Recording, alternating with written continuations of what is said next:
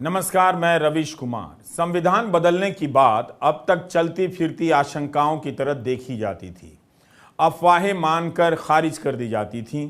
लेकिन जब प्रधानमंत्री नरेंद्र मोदी के आर्थिक सलाहकार परिषद के अध्यक्ष बिबेक देबरॉय 15 अगस्त के दिन लंबा लंबा लेख लिखकर विस्तार से बताने लग जाएं कि 2047 के लिए एक नए संविधान की जरूरत है, तो सतर्क हो जाना चाहिए।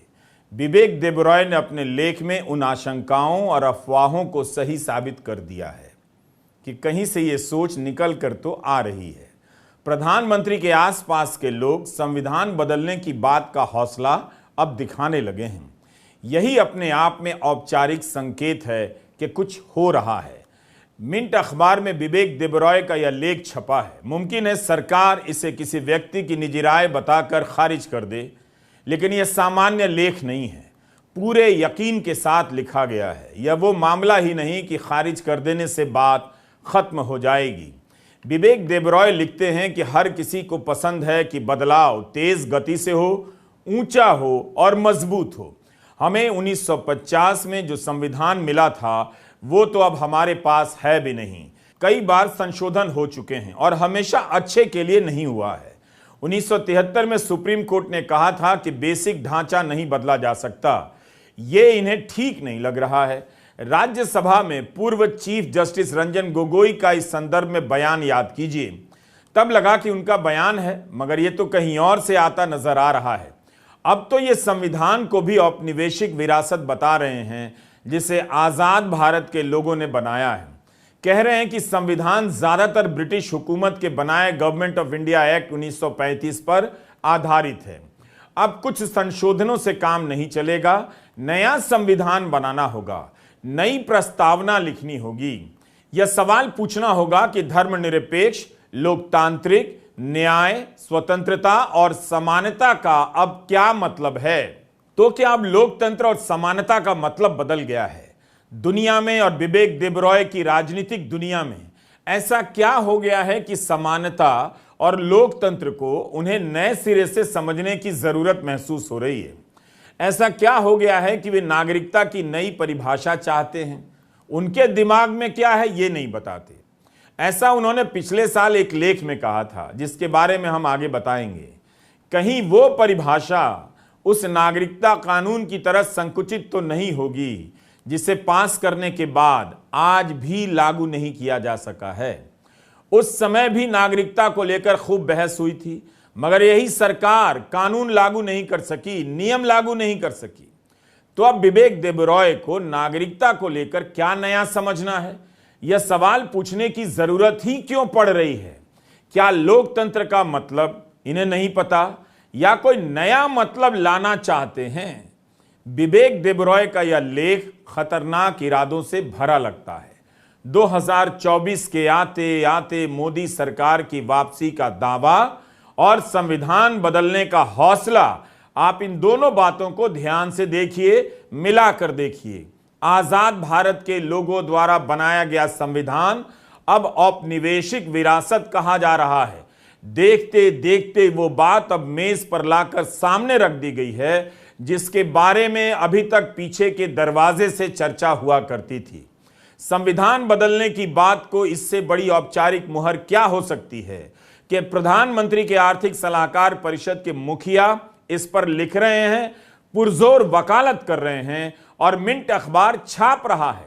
कांग्रेस नेता जयराम रमेश ने कहा है कि संविधान बदलना आरएसएस का हमेशा से एजेंडा रहा है, भारत को सतर्क हो जाना चाहिए। यह उस संविधान सभा में चली बहसों का संकलन है जिसे बिबेक देबरॉय औपनिवेशिक विरासत कहते हैं। आप खुद देखिए कि छोटी छपाई के बाद भी इसके 8 मोटे मोटे खंड हैं। इन 8 खंडों के हजारों पन्ने हैं। संविधान सभा का गठन या उसके भीतर की बहस छिप छिपाकर नहीं की गई थी। 9 दिसंबर 1946 से लेकर 24 जनवरी 1950 तक हुई। राजेंद्र प्रसाद संविधान सभा के अध्यक्ष थे और doctor BR Ambedkar drafting committee के अध्यक्ष। इसके अन्य अध्यक्षों में Nehru, Patel, Alladi Krishnaswami Ayyar, B Pattabhi Sitaramayya, K M. Munshi, G V. Mavalankar, J B. Kripalani, H C. Mukherjee, Gopinath Bardoloi और ए.वी. ठक्कर शामिल थे। Doctor B R. Ambedkar drafting committee के चेयरमैन थे। इन खंडों में हजारों पन्ने हैं और उन पन्नों पर एक एक शब्द है जो तब भी और अब भी जनता के लिए उपलब्ध है। इसके बनाने की पारदर्शिता बेजोड़ है। संविधान के पहले मसौदे को छापकर आम जन के बीच पहुंचाया गया ताकि इस पर लोगों की प्रतिक्रिया, सुझाव और आलोचना समिति तक पहुंच सके। इस पर मिलने वाले सुझावों को लेकर 4 बार बैठकें हुई और मसौदे में बदलाव कर फिर से छापा गया। 2 साल 11 महीने और 17 दिन की बहस के बाद भारत की संविधान सभा ने संविधान तैयार किया।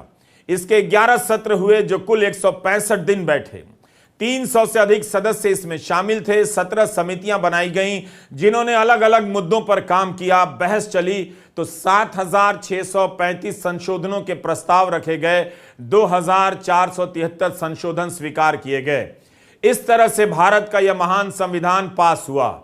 इतने लोकतांत्रिक तरीके से एक एक बात पर विचार विमर्श के बाद संविधान बनाया गया।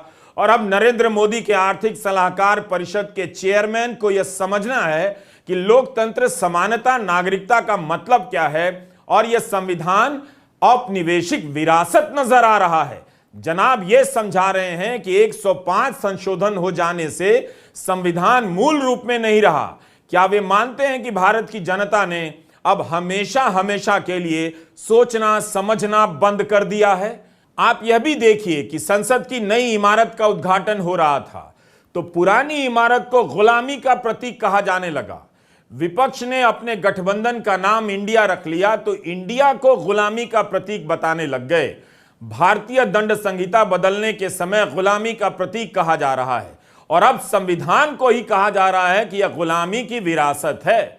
जिस संविधान का एक एक पन्ना, एक एक शब्द आजादी का प्रतीक है, उसे ये गुलामी की विरासत बता रहे हैं। आजादी का इतिहास बदलने की बात करते करते आजादी से जुड़ी हर चीज पर किस तरह से हमला हो रहा है आप देखिए। कोशिशें लगती हैं कि आप आजादी को गुलामी कहने लग जाएं और ये जो कहना चाहते हैं उसे आजादी मान लें और संविधान बदल दें। वकील गौतम भाटिया की एक किताब आई है अनसील्ड कवर्स, हार्पर कॉलिंस से छपी है हाल ही में। पिछले 10 साल के दौरान अदालत के फैसलों का विश्लेषण किया है देखने के लिए कि कितना कुछ बचा है, कितना कुछ मिट चुका है। उनकी राय विवेक देबरॉय के लेख पर। विवेक देबरॉय जी ने कहा है कि संविधान को, एक नए संविधान को लिखना जरूरी है क्योंकि हमारा संविधान जो है वो एक कॉलोनियल लेगेसी है। तो इस विषय में ये बात जानना जरूरी है कि संविधान के कुछ भाग ऐसे हैं जैसे कि मौलिक अधिकार, फेडरलिज्म, जो ना केवल कॉलोनियल लेगेसी नहीं है बल्कि ब्रिटिश सरकार के खिलाफ जो आज़ादी की लड़ाई थी उसके महत्वपूर्ण भाग हैं। और पिछले 10 साल में संविधान के जो ये भाग हैं उन्हें मिटाया जा रहा है। जैसे यूएपीए में लोगों को बेल नहीं मिलती, वो कई साल जेल में रहते हैं ट्रायल के बगैर। ये इस मामले पे बात करना ज़रूरी है। और ये बात भी है कि संविधान के जो भाग हैं जो है कॉलोनियल लेगेसी, जैसे कि डिटेंशन, गवर्नर का रूल, इन भागों को काफ़ी और मजबूत बनाया जा रहा है। तो ये बात जानना फिर जरूरी है। संविधान बदलने की पुरजोर वकालत प्रधानमंत्री के करीबी व्यक्ति ने की है। क्या प्रधानमंत्री इस व्यक्ति को बर्खास्त करेंगे? उनकी व्यवस्था का एक आदमी अखबार में लिख रहा है कि 2047 के लिए नया संविधान चाहिए। वो भी 15 अगस्त के दिन छप रहा है कि संविधान बदलने का वक्त आ गया है। भारतीय जनता पार्टी लगातार देश के संविधान को, देश के सबसे सेक्रेड डॉक्यूमेंट को पर प्रहार करती है, उसको कमजोर करने की अनवरत कोशिश करती रहती है। मोदी सरकार भी यही काम करती है और इसीलिए इंस्टीट्यूशन, संस्थाओं को कमजोर किया जा रहा है क्योंकि इन्हीं के बूते पर तो संविधान जीवित रखा जाता है।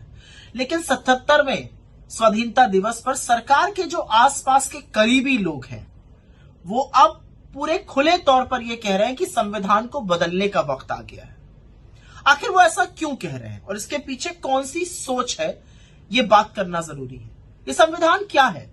ये संविधान हमारे फाउंडिंग फादर्स ने भारत की नींव रखने के लिए बनाया था और इसी संविधान में हमारी विविधताएं, चाहे वो धर्म हो, चाहे वो जाति हो, चाहे वो भाषा हो, वेशभूषा हो, हर तरह की चीजें, उसको संजोने का काम करता है ये संविधान। ये संविधान ही है जो हिंदुस्तान के सबसे गरीब और सबसे अमीर आदमी को एक वोट देता है।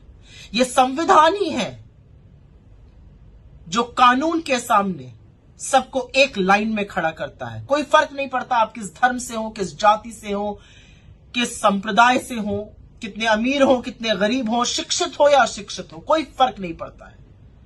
तो संविधान इक्वालिटी की बात करता है। यह संविधान है जो हमें स्वतंत्रता देता है, विचारों की, अभिव्यक्ति की, हर तरह की स्वतंत्रता, स्वतंत्रता जीने की, जो लिबर्टी की बात आती है। यह संविधान है जिसने इस देश को एक तार में पिरोकर रखा हुआ है। अलग अलग भाषा बोलने वाला यह देश, अलग अलग खान पान वाला यह देश, अलग अलग मान्यताओं वाला यह देश एकजुट है तो संविधान की वजह से है। आखिर क्या जरूरत पड़ गई भारतीय जनता पार्टी के लोगों को यह कहने की कि संविधान बदल देना चाहिए? जिस संविधान की शपथ लेकर नरेंद्र मोदी प्रधानमंत्री बने, जिसके अंतर्गत लोकतांत्रिक प्रणाली के चलते उनकी सरकार चल रही है, आज उस संविधान को बदलने की कौन सी जरूरत आन पड़ी है? वो जरूरत इसलिए आन पड़ी है क्योंकि आप इस देश को एक रंग में रंग देना चाहते हैं। आप बहुरंगी इस देश को, आप विविधताओं से भरे इस देश को एक रंग, एक विचार, एक भाषा, एक भूषा, एक तरह की मानसिकता थोप देना चाहते हैं। लेकिन यह देश है, यह जीती जागती संस्कृति है और यह ऐसा करने से बदलेगी नहीं। और संविधान पर कोई प्रहार होगा तो हर भारतवासी उठ खड़ा होगा, और इसलिए उठ खड़ा होगा, इसलिए लड़ाई करेगा क्योंकि उसको उसके वजूद की गारंटी सरकारें नहीं देती हैं, पॉलिटिकल पार्टीज नहीं देती हैं, नेता नहीं देते हैं। उसको गारंटी संविधान देता है। संविधान में निहित है कि आप सब एक बराबर हैं। संविधान सरकारों के लिए प्रेरणा का काम करता है। डायरेक्टिव प्रिंसिपल्स क्या है? हमें उस लक्ष्य की ओर जाना है। तो संविधान बदलने की बात करने वालों के मन में खोट है, क्योंकि वह संविधान को बदलकर एक तरह की बात करना चाहते हैं, थोपना चाहते हैं मान्यताएं, थोपना चाहते हैं अपनी विचारधारा। यह देश सब कुछ सहेगा, संविधान को बदलना कभी नहीं सहेगा। केंद्र सरकार ने लोकसभा में 3 विधेयक पेश किए हैं और आईपीसी, सीआरपीसी, एविडेंस एक्ट में संशोधन का प्रस्ताव रखा है, बदलने का प्रस्ताव रखा है।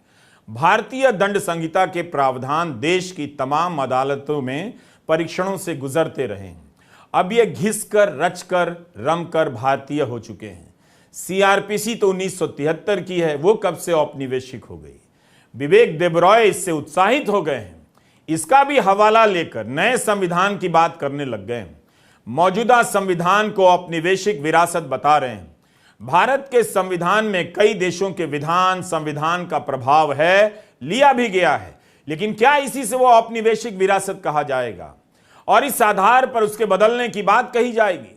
संविधान में संशोधन उसे समय के अनुकूल बनाने के लिए किए जाते हैं, किए जाते रहेंगे, मगर विवेक देबरॉय के अनुसार इतने संशोधन हो गए हैं कि अब इसे बदलने का ही वक्त आ गया है।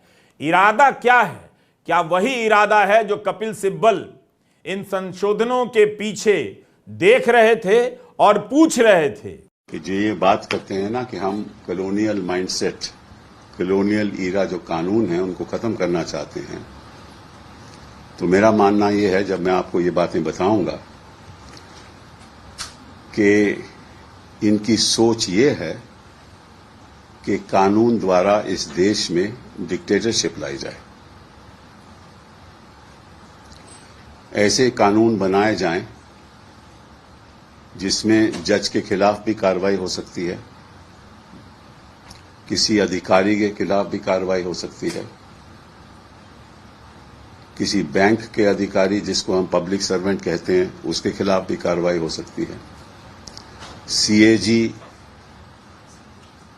और कोई भी अधिकारी जो सरकार में काम करता है उसके खिलाफ भी कार्रवाई हो सकती है। मैजिस्ट्रेट के खिलाफ भी हो सकती है, हाई कोर्ट जज के खिलाफ भी हो सकती है, सुप्रीम कोर्ट जज के खिलाफ भी हो सकती है।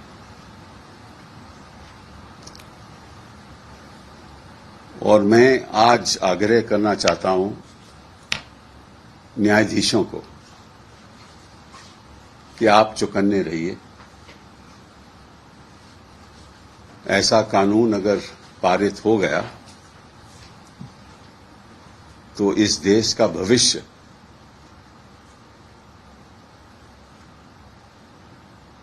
खतरे में हो जाएगा। विवेक देबरॉय ने कहा है कि भारत के संविधान में संशोधन हुए हैं और सारे बेहतरी के लिए नहीं हुए। 1973 में जोड़ दिया गया कि संसद बेसिक स्ट्रक्चर में बदलाव नहीं कर सकती, और वे लिखते हैं, जो मैं पढ़ रहा हूं हिंदी में, कि मेरे लिए संविधान आधार स्तंभ है, उसके बाद ही बाकी चीजें आती हैं। 1950 में जो हमें मिला था वो तो अब हमारे पास नहीं है, इसमें संशोधन हो चुके हैं, हमेशा बेहतरी के लिए नहीं हुए हैं। 1973 से हमें बताया जा रहा है कि हमारे लोकतंत्र की इच्छा चाहे कुछ भी हो, संसद के जरिए बेसिक ढांचा नहीं बदला जा सकता है। जहां तक मैं समझता हूं, विवेक देबरॉय लिख रहे हैं, जहां तक मैं समझता हूं कि 1973 का फैसला मौजूदा संविधान में लागू होता है, नए संविधान में लागू नहीं होगा।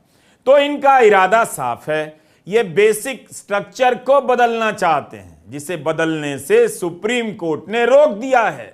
विवेक देबरॉय कहते हैं कि कोर्ट का यह आदेश मौजूदा संविधान पर लागू होता है, जो नया बनेगा उस पर नहीं।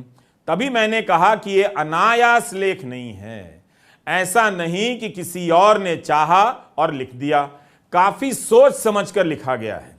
इस लेख में विवेक देबरॉय आंकड़ा देते हैं कि कई देशों के संविधान की औसत उम्र 17 साल है और यह 2023 आ गया है। 1950 के बाद 73 साल हो गए हैं भारत के संविधान को।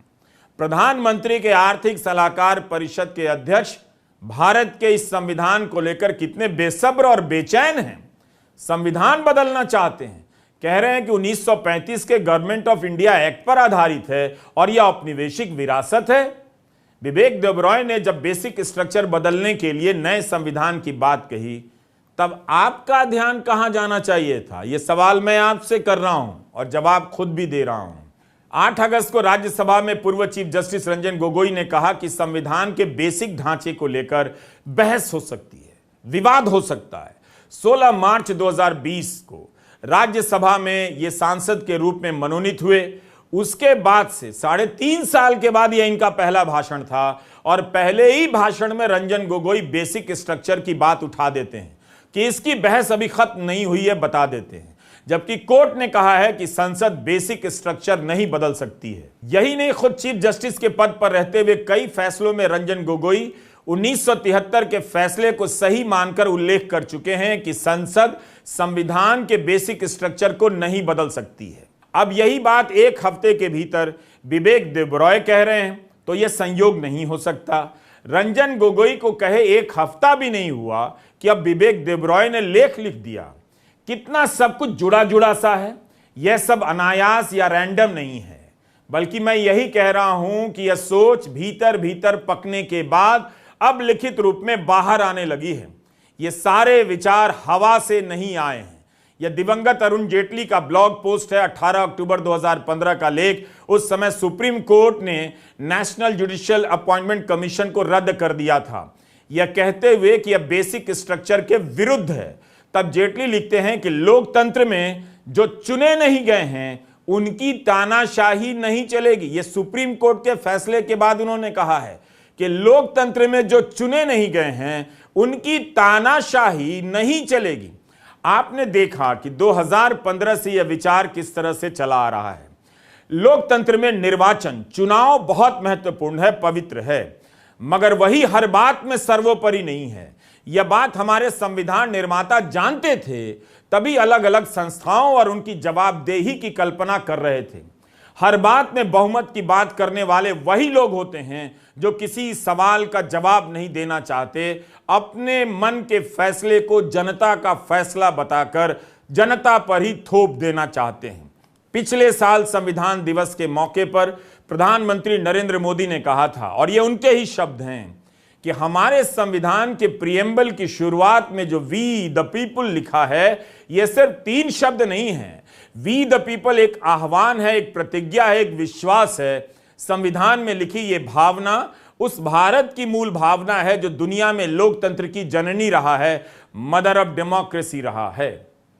10 महीने बाद विवेक देबरॉय लिखते हैं कि वी द पीपल के लिए पूरा केस बनता है, माहौल बन गया है कि नया संविधान अंगीकार किया जाए, स्वीकार किया जाए। क्या चीजें बहुत तेजी से बदल रही हैं या नए नए थीम लॉन्च किए जा रहे हैं ताकि आप फिर से इस तरह की व्यापक बहसों में उलझा दिए जाएं। इस तरह की थीम लॉन्च की जाती रही है पिछले 10 साल में ताकि बहुत सारी थ्योरी मैदान में लॉन्च हो और आप इसी में व्यस्त रहें। इससे फायदा यह होता है कि आपकी जो समस्या है, आपके जो सवाल हैं, उन्हें राजनीतिक चर्चाओं में जगह नहीं मिल पाती है। आपके सवालों पर चर्चा नहीं करेंगे, बल्कि आप चर्चा करें, इसलिए नए नए सवालों की सप्लाई कर दी जाती है। विवेक देबरॉय ने इसी तरह का एक लेख 11 जून 2022 को लिखा जो न्यू इंडियन एक्सप्रेस में छपा। इस लेख में जनाब सुझाव दे रहे हैं कि राज्यों का फिर से पुनर्गठन होना चाहिए। उनके इस लेख को फिर से पढ़िए। इसमें वे सवाल उठाते हैं कि राज्यसभा की अब जरूरत ही क्या है। आगे बढ़ने से पहले एक पुरानी खबर फिर से दिखा देता हूं। हड्डियों को सिहरने की जरूरत नहीं पड़ेगी, आपका समय बचा देता हूं। 2015 में दिवंगत अरुण जेटली ने कहा था कि क्या राज्यसभा जो निर्वाचित नहीं होती है, जिसके सदस्य चुने नहीं जाते हैं जनता के द्वारा सीधे, लोकसभा पर सवाल कर सकती है। तब जेटली वित्त मंत्री थे और राज्यसभा में सत्ता पक्ष के नेता। मगर यहां तो विवेक देबरॉय सीधा सवाल कर रहे हैं कि क्या राज्यसभा की जरूरत है। न्यू इंडियन एक्सप्रेस में विवेक देबरॉय के लेख का जो टाइटल है, उस पर शायद हर किसी का ध्यान नहीं जाता। वृंदा का चला गया। टाइटल है unravelling the basic Gordian not. अब इसकी एक कहानी है। आप चाहें तो उस कहानी से इस टाइटल के भेद खोल सकते हैं। कहानी यह है कि 330 बीसी के आसपास सिकंदर अपनी सेना के साथ आज के तुर्की के एक शहर में पहुंचता है। वहां एक पुरानी गाड़ी का योक एक बहुत उलझी हुई गांठ से बंधा हुआ था। योक का मतलब हमारे गांव में पालो कहते हैं। अलग अलग भाषाओं में इसे अलग अलग तरीके से बोला जाता है। तो मान्यता थी कि जो कोई भी इसकी गांठ खोल देगा, एशिया पर राज करेगा। सिकंदर को पता चलता है तो पहले कोशिश करता है खोलने की, फिर तलवार से उसे काट डालता है। Unravelling the basic Gordian knot, anti Muslim debate में आपको उलझाकर गॉडियन नॉट की कहानी संकेतों में बताई जा रही है ताकि आपको पता ही ना चले कि तलवार के एक झटके से कितना कुछ काट कर अलग कर दिया जाने वाला है। विवेक देबरॉय का लेख बताता है कि इस 15 अगस्त को जो उन्होंने लिखा है, उस पर वे लंबे समय से सोच रहे हैं, जबकि ये उनका विषय नहीं है, ये उनका अधिकार क्षेत्र नहीं है। उनका काम है आपकी आर्थिक बेरोजगारी, कम कमाई, आर्थिक चुनौतियों और संभावनाओं के बारे में प्रधानमंत्री को राय देना। जून 2022 में उनका जो लेख है, उसके एक हिस्से में वे कहते हैं कि क्या हमें नागरिकता की नई परिभाषा की जरूरत नहीं है। तो इन्हें नागरिकता की नई परिभाषा की जरूरत क्यों पड़ रही है? कितनी मजबूती से ये बातें आज के भारत में कही जा रही हैं। कोई हफ्ता नहीं गुजरता है जब किसी सड़क या लाइब्रेरी या किसी इमारत का नाम नहीं बदला जाता है। बताया जाता है कि आपको गुलामी की मानसिकता से आजादी दिलाई जा रही है।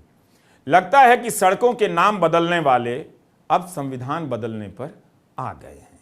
नमस्कार, मैं रवीश कुमार।